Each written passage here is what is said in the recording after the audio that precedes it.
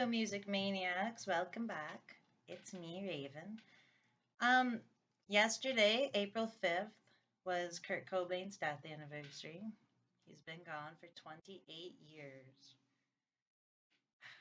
That's a long time.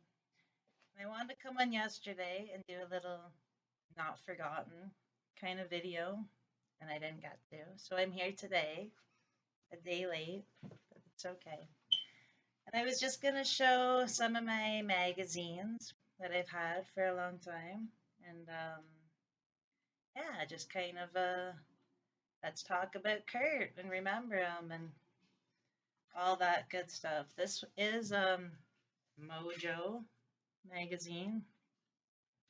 It was a magazine that was available in the UK, and you could get them here imported. This particular issue came out in May 2001. This has an article in it about in utero and some of the controversies that surrounded in utero at the time. Has some nice pictures in it. Picture there. In utero was recorded at the Pachyderm Studios in Minnesota. It was produced by Steve Albini.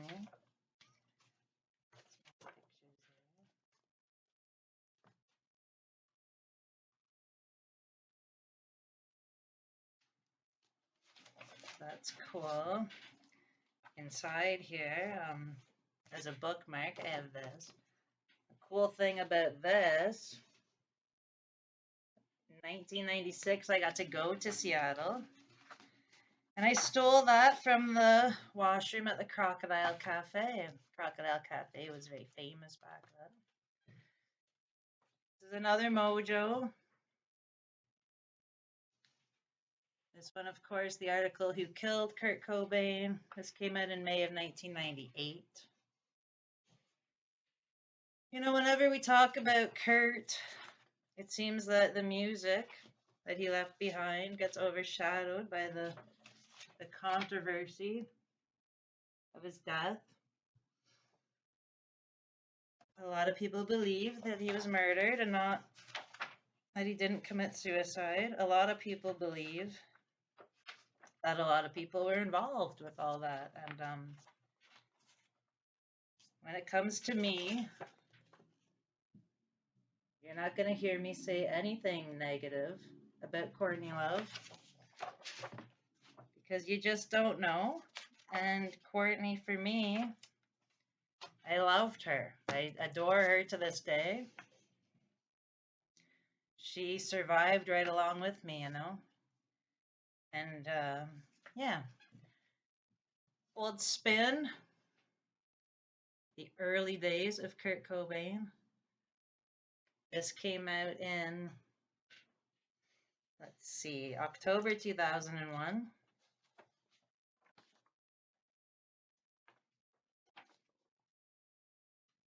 Pictures there.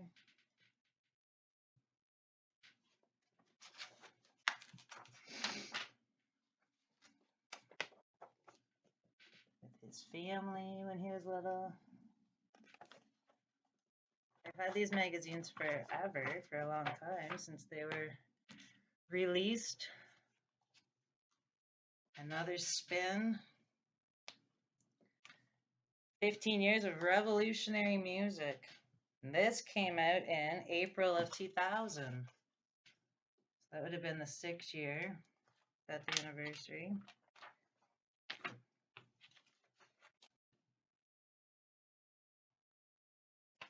You can't talk about Nirvana and Kurt Cobain without it being sad, because it was a tragic end to an incredibly talented individual. This is an old Rolling Stone who owns Kurt Cobain. So many controversies. This came out in June 2002. Yes, June 2002.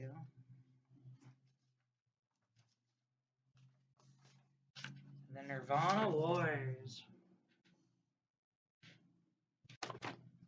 so much controversy over the music and over his death and over his addictions.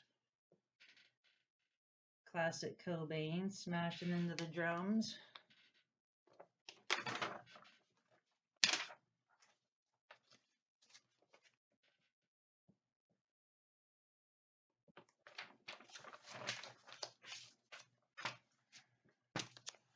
Another spin.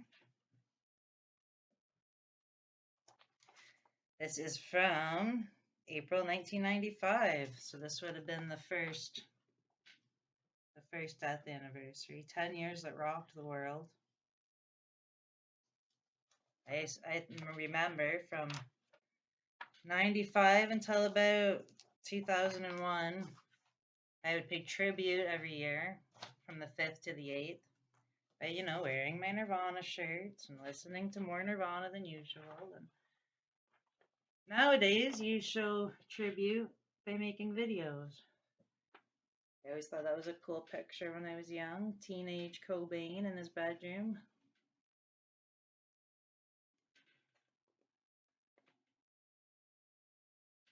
I was obsessed with Nirvana. I was 14 when Kurt died. I was a messed up 14-year-old. I felt more like I was about 1,000 years old by that age. And unfortunately, I was no stranger to depression and suicide. And so, you know, I became fixated on Kurt Cobain and Nirvana. I wouldn't be who I am today if it wasn't for Nirvana. This is Rolling Stone. This is from May 1999. Kurt Cobain, Artist of the Decade. I mean, he changed the world. He changed music. And so many bands that we've had since then have been inspired by Nirvana.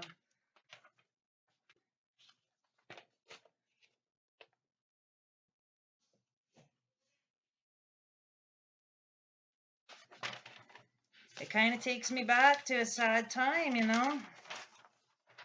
Some old posters.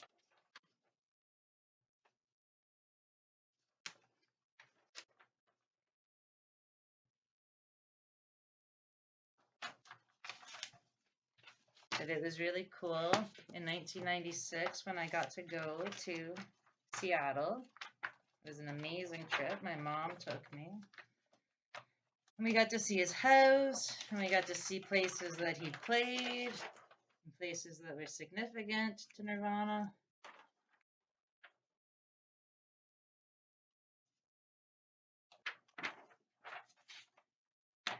He was the voice of a generation, but when I was a teenager, I didn't understand the gravity of that. I just knew that he was a voice for me.